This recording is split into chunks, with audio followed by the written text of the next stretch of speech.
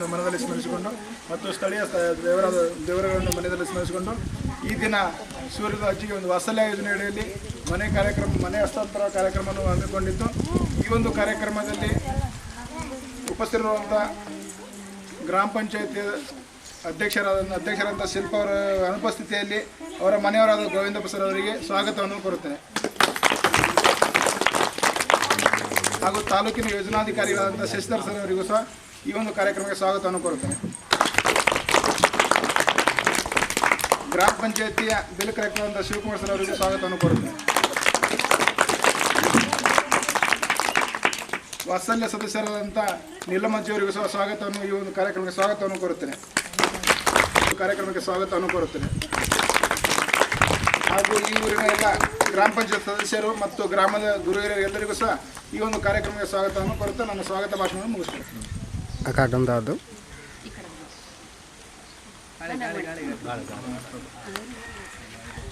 ನಿರ್ಗತಿಕರಿದ್ದಾರೋ ಅವರನ್ನು ಗುರುತಿಸಿಕೊಂಡು ನಾವು ಅವರಿಗೆ ಒಂದು ಸಣ್ಣ ಮಟ್ಟಿನ 1,30,000 ಒಳಗಿನ ಮನೆಯನ್ನು ಇವತ್ತು ಕಟ್ಟಿಕೊಡುವಂಥ ಅವಕಾಶಗಳು ನಮಗೆ ಸಿಕ್ಕಿದೆ.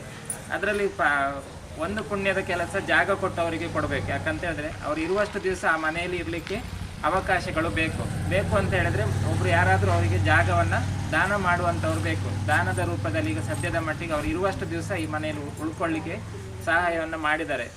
ಅವರಿಗೆ ನಾನು ಫಸ್ಟಿಗೆ ಅಭಿನಂದನೆಯನ್ನು ಹೇಳಬೇಕು. ಯಾಕಂತ ಹೇಳಿದ್ರೆ ಉದಾರ ಮನಸ್ಸುಗಳು ಎಲ್ಲರ ಹತ್ರಲ್ಲಿ ಇರೋದಿಲ್ಲ. ಇರುವಷ್ಟು ದಿವಸ ಆ ಜಾಗದಲ್ಲಿ ಮನೆ ಕಟ್ಕೊಂಡು ಇರಲಿ ಅಂತ ಇಲ್ಲಿ ನಮಗೆ ಜಾಗ ಕೊಟ್ಟರು. ಅವರಿಗೂ ಈ ಸ್ವಲ್ಪ ಅರ್ಧ ಪುಣ್ಯ ಅವರಿಗೆ ಹೋಗ್ತದೆ. ಯಾಕಂತ ಹೇಳಿದ್ರೆ ಅವರ ಯಾರು ನೀಲಮಜ್ಜಿಯ ಅರ್ಧ ಆಶಯವನ್ನು ಅವರು ಈಡೇರಿಸಿ ಕೊಟ್ಟಿದ್ದಾರೆ. ಅದನ್ನು ನಾವು ಇಲ್ಲಿ ಮನೆ ಕಟ್ಟಿ ಕೊಟ್ಟಿದ್ದೇವೆ. ಕಟ್ಟುವಾಗ ತುಂಬ ಸಮಸ್ಯೆಗಳು ಬಂದಿರ್ಬೋದು. ಆ ಎಲ್ಲ ಸಮಸ್ಯೆಯನ್ನು ಮೆಟ್ಟಿ ನಿಂತು ಇವತ್ತು ಅಜ್ಜಿಗೊಂದು ಮುಖದಲ್ಲಿ ಖುಷಿ ಇದೆ. ಯಾವಾಗಲೂ ಅಜ್ಜಿಯನ್ನು ಮಾತಾಡಿಸೋದಕ್ಕೂ ಇವತ್ತು ನಾನು ಅಜ್ಜಿಯನ್ನು ಮಾತಾಡಿಸೋದಕ್ಕೂ ತುಂಬ ಅಜಗಜಾಂತರ ವ್ಯತ್ಯಾಸಗಳಿದೆ. ಕಷ್ಟ ಬಂದಿರ್ಬೋದು. ಆ ಕಷ್ಟಕ್ಕೆಲ್ಲ ಪ್ರತಿಫಲಗಳು ಇವತ್ತು ಸಿಕ್ಕಿದೆ. ಯಾವತ್ತೋ ಮನೆ ಕಟ್ಟಿ ನಾನು ಒಂದು ಸ್ವಂತ ಮನೇಲಿ ಇರಬೇಕು ಅನ್ನೋ ಆಸೆ ಇವತ್ತು ಅವರದ್ದು ಈಡೇರಿಗಿದೆ. ಅದು ಸಣ್ಣದ ದೊಡ್ಡದು ಆ ಲೆಕ್ಕ ಆಗೋದಿಲ್ಲ. ಇವತ್ತಿಗೆ ಅವರಿಗೆ ಬಾಡಿಗೆ ಮನೆಯ ಋಣ ಇವತ್ತಿಗೆ ಲಾಸ್ಟ್ ಆಗ್ತದೆ. ಇನ್ನೇನಿದ್ರು ಇವತ್ತಿನ ನಂತರದ ಮನೆ ಸ್ವಂತ ಮನೆ ಅಂತೇಳಿ ಅವರಿಗೊಂದು ಖುಷಿ ಇದೆ. ನಾನು ಇನ್ನೊಂದು 10 ವರ್ಷ ಜಾಸ್ತಿ ಬದುಕಿನ ನನ್ನ ಆಸೆ ಅವರಿಗೆ ಬರ್ತದೆ. ಯಾಕಂತ ಹೇಳಿದ್ರೆ ಆ ಮನೆ ಅನ್ನೋದು ಅವರಿಗೊಂದು ಆಸೆ ಇರ್ತದೆ. ಯಾವಾಗಲೂ ನಾನು ಕಟ್ಟಿ ಕೂತ್ಕೊಳ್ಬೇಕಿತ್ತು.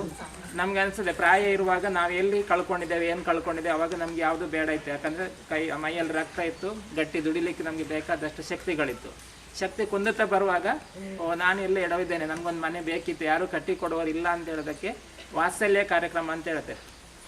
ಪೂಜ್ಯ ಅಮ್ಮನವರ ಇದು ದೊಡ್ಡ ಆಸೆ. ಯಾರು ಏನು ಸೂರಿಲ್ಲದೆ ಊಟ ಇಲ್ಲದೆ ಬದುಕಬಾರ್ದು ಅನ್ನೋ ಒಂದು ಉದ್ದೇಶಕ್ಕೆ ತಿಂಗಳಿಗೆ 1,000 ರೂಪಾಯಿ ಮಾಸಾಸನವನ್ನು ನಾವೇ ಅವರಿಗೆ ಕೊಡ್ತಿದ್ದೇವೆ. ಹೇಳ್ಬೋದು 1,000ದಲ್ಲಿ ಏನಾಗ್ತದೆ ಅಂತೇಳಿ. 1,000ದಲ್ಲಿ ಏನಾಗೋದಿಲ್ಲ. ಆದರೆ ಅಕ್ಕಿಯನ್ನು ಸ್ವಲ್ಪ ತಗೊಂಡು ನಮ್ಮ ಜೀವನಕ್ಕೆ ಎಷ್ಟು ಬೇಕು ಅಷ್ಟನ್ನು ನಾವು ಉಪಯೋಗ ಮಾಡ್ಕೊಳ್ಳಿಕ್ಕೆ ಅವಕಾಶಗಳು ಸಿಗ್ತದೆ. ಹಾಗಾಗಿ ಅವರಿಗೆ ಬಟ್ಟೆ ಕಿಟ್ ಇರ್ಬೋದು, ಪಾತ್ರೆಗಳಿರ್ಬೋದು, ಎಲ್ಲವೂ ಏನಿದೆ ಧರ್ಮಸ್ಥಳದಿಂದನೇ ಬಂದಿದೆ. ಒಂದು ಲೆಕ್ಕಕ್ಕೆ ಅವ್ರು ಹೇಳೋದಾದರೆ ಅದೃಷ್ಟವಂತರು ಅಂತ ಹೇಳ್ಬೋದು.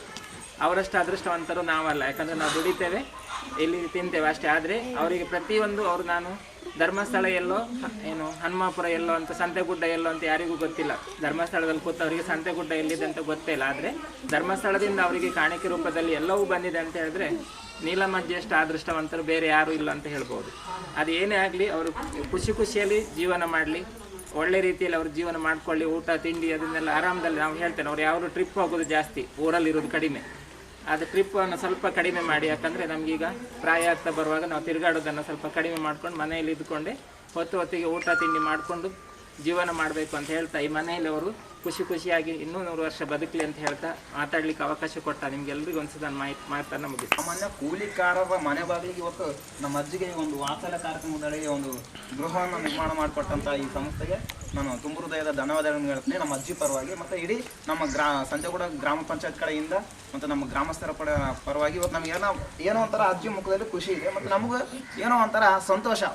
ಇಂಥ ಕಾರ್ಯಕ್ರಮಕ್ಕೂ ಕೂಡ ನಮ್ಮ ಸಂಸ್ಥೆ ಮಾಡ್ತದಲ್ಲ ಅನ್ನೋದು ಕೂಡ ನಮಗೂ ಎಲ್ಲೋ ಒಂದು ಕಡೆ ಸಂತೋಷ ಆಗುತ್ತೆ. ಆ ಸಂತೋಷದ ಪರವಾಗಿ ಮತ್ತೆ ಈ ಇಡೀ ಸಂಸ್ಥೆಗೆ ಇದರಿಂದ ಕಾಣದ ಕೈಗಳು ಸಾಕಷ್ಟಿದ್ದಾವೆ. ಎಲ್ಲೋ ಧರ್ಮಸ್ಥಳ, ಎಲ್ಲೋ ನಮ್ಮ ಸಂತೆಗುಡ್ಡ ಎಲ್ಲೋ ಸಾರಲ್ಲ, ಅದು ಎಲ್ಲೋ ಧರ್ಮಸ್ಥಳ ಇದೆ.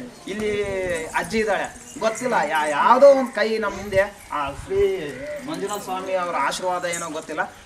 ನಮ್ಮ ತಾಯಿಗೆ ನಮ್ಮ ಅಜ್ಜಿಗೆ ಇವತ್ತು ಒಂದು ವಾತ್ಸಲ್ಯ ಕಾರ್ಯಕ್ರಮದಲ್ಲಿ ಒಂದು ಪುಟ್ಟ ಗೃಹವನ್ನು ಮಾಡಿಕೊಟ್ರಲ್ಲ, ಮನೆ ಮಾಡಿಕೊಟ್ಟಿದ್ರಲ್ಲ, ತುಂಬ ಖುಷಿ ಆಗುತ್ತೆ. ನಿಮ್ಮೆಲ್ಲರಿಗೂ ಕೂಡ ಅಂದರೆ ಇದರಿಂದ ಇರ್ತಕ್ಕಂಥ ಎಲ್ಲ ಕೈಗಳಿಗೂ ಕೂಡ ತುಂಬ ಹೃದಯದ ಧನ್ಯವಾದಗಳು. ಎಲ್ಲ ಬಂದ್ರ ಬರ್ರಮ್ಮ, ಆ ಕಡೆ ಒಂದೆರಡು ಜನ ಹೋಗಿ ಚೇರ್ ತೆಗೆದು ಸೈಡ್ ನಿಂತ್ಕೊಳ್ಳಮ್ಮ. ಇನ್ನೊಂದು ಸ್ವಲ್ಪ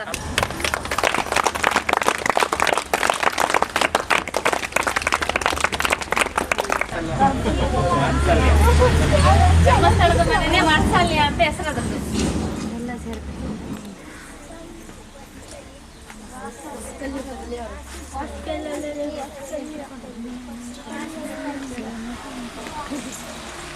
ಸಮ್ಮುಖದಲ್ಲಿ ಅಜ್ಜಿಗೆ ವಾತ್ಸಲ್ಯ ಮನೆಯನ್ನು ಫಲಪುಷ್ಪ ನೀಡುವುದರ ಮೂಲಕವಾಗಿ ಹಸ್ತಾಂತರ ಮಾಡ್ತಾ ಇದ್ದೇವೆ.